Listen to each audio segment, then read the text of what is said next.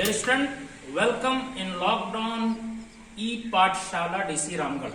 आज मैं पुनः आपका स्वागत करता हूं, लेकिन आज मैं नए कंटेंट के साथ नहीं बल्कि आप लोगों के लिए जो डेट और शेड्यूल का ऐलान हुआ है, यानी एग्जाम जैक 21 का जो शेड्यूल आपके सामने है, उसके तहत चूंकि ये कहा जाता है कि जैसे जैसे एग्जाम की घड़ी आती है स्टूडेंट उस वक्त काफी सीरियस भी हो जाते हैं। अब मैं समझता हूं कि आप सीरियस होंगे पढ़ाई के प्रति, लेकिन थोड़ा सा रिलैक्स होते हुए, क्योंकि अब डेट का ऐलान हो गया, अब आपके लिए काउंटडाउन भी शुरू हो गया, तो आइए थोड़ा सा हम टिप्स जानने की कोशिश करते हैं और थोड़े से स्ट्रेस को आप हटाइए।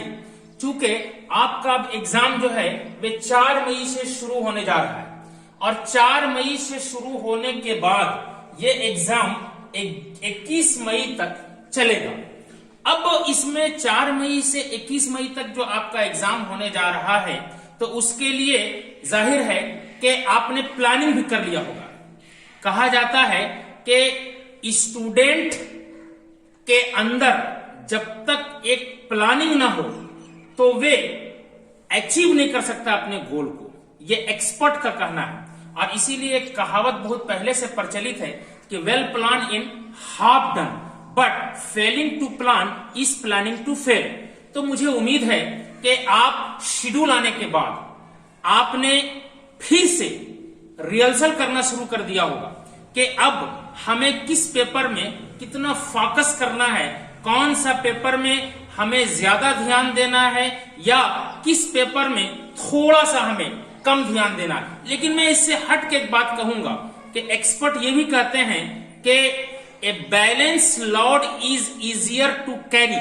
तो इसलिए कहीं ये ना हो आपके अंदर कि किसी पेपर में आप बहुत ज्यादा ध्यान दे रहे हैं, बहुत ज्यादा समय दे रहे हैं और दूसरे पेपर इससे प्रभावित हो जाए। तो इसीलिए थोड़ा सा बैलेंस लोड के साथ आपको चलना है। दूसरी बात यह है कि आपके अंदर निश्चित रूप से एक गोल होगा और एक गोल फिक्सेशन किसी भी स्टूडेंट के लिए बहुत जरूरी है। लिहाजा अभी से चूंकि आपका एक गोल फिक्सेशन ये होना चाहिए कि how to achieve the success, कैसे हम कामयाबी को और अपनी उपलब्धि को अच्छे ढंग से अचीव करें। लिहाजा अभी आपका एक टारगेट बिल्कुल गोल फिक्सेशन की तरह होगा। लेकिन जैसे कि एक एक्सपर्ट भी कहते हैं कि जब अर्जुन से कहा गया था उस मछली को तीर मारने के लिए, तो उनकी निगाह मछली की आंख में थी। तो इसी तरह से आपका एकदम टारगेट जो है अभी मैट्रिक और इंटर स्टूडेंट के लिए यह होना चाहिए कि कैसे हम ज्यादा से ज्यादा मार्क्स को अचीव कर सके, ऑब्टेन कर सके।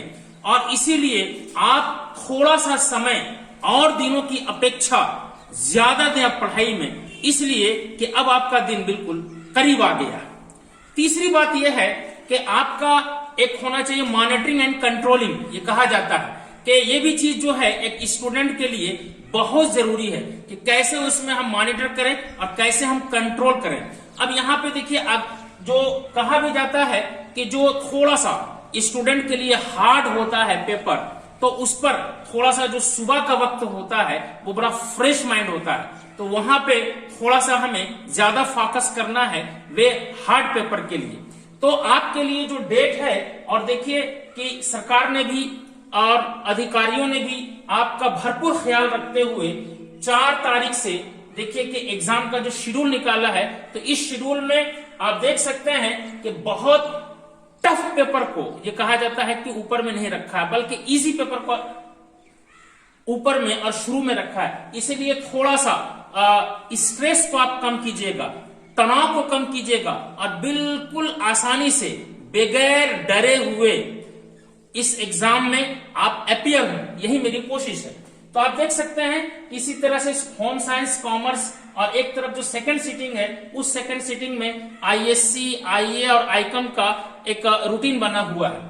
इसी तरह से यहाँ पे मैंने कुछ खास जो पेपर जो ज्यादातर अपने इलाके में स्टूडेंट के लिए सबसे अच्छा होता है वो जो लेते हैं, उसी पेपर को मैंने यहाँ पे कोट भी किया है।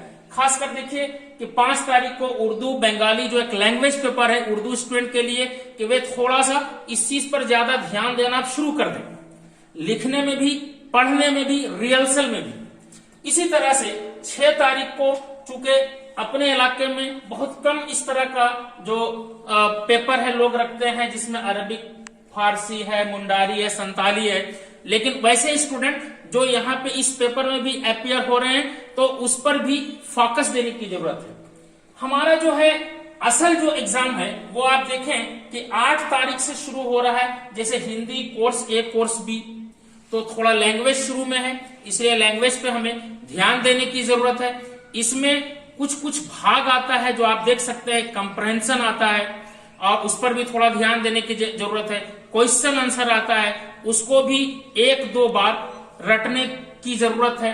कहा भी जाता है कि एक स्टूडेंट जो है किसी चीज को, जैसे किताब को जब तक वो कम से कम 3 बार ना पढ़ ले तो वो अच्छे ढंग से कामयाब नहीं हो सकता। इसीलिए कहा जाता है, कहावत है कि some book are to be tested while some book are to be chewed while some book are to be digested। तो अभी आपका ये हाल है कि कुछ उसका टेस्ट ले लें, कुछ उसको चिबाए, लेकिन आखिरी टाइम में जो है वो ऐसा आप तैयारी करें कि पूरी तरह से डाइजेस्ट हो जाए। कहीं से भी प्रश्न पूछे तो आप उसके लिए तैयार रहें। इसके साथ साथ दूसरे दिन देखें कि आपका ठीक सोशल साइंस है। अब इस सोशल साइंस में आप अच्छी तरह से जानते हैं कि हिस्ट्री है, सिविक्स है, ज्योग्राफी है, इकोनॉमिक्स है और इसमें बहुत सारे कंटेंट आपके लिए आ गए हैं। तो मैं यही चाहूंगा कि जिसमें आपको कंफ्यूजन है, पुनः आप ऑनलाइन की पढ़ाई में लॉकडाउन ई पाठशाला का सहारा लेते हुए, वहां बहुत सारे टीचरों ने काफी मेहनत से आपके लिए कंटेंट बनाया है, पुनः आप उसको देखें, रिहर्सल करें और मेन चीज को कोट करते जाए।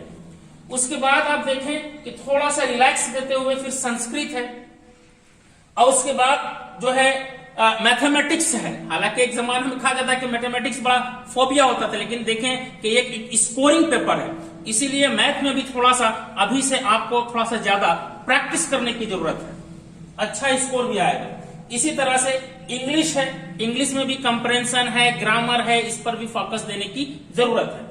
इसके साथ साथ लास्ट में साइंस है और साइंस के लिए भी आपका कंटेंट मैथमेटिक्स, यानी रामगढ़ जिला प्रशासन ने आपके लिए एक बेहतरीन कंटेंट यहाँ पे डेवलप किया है।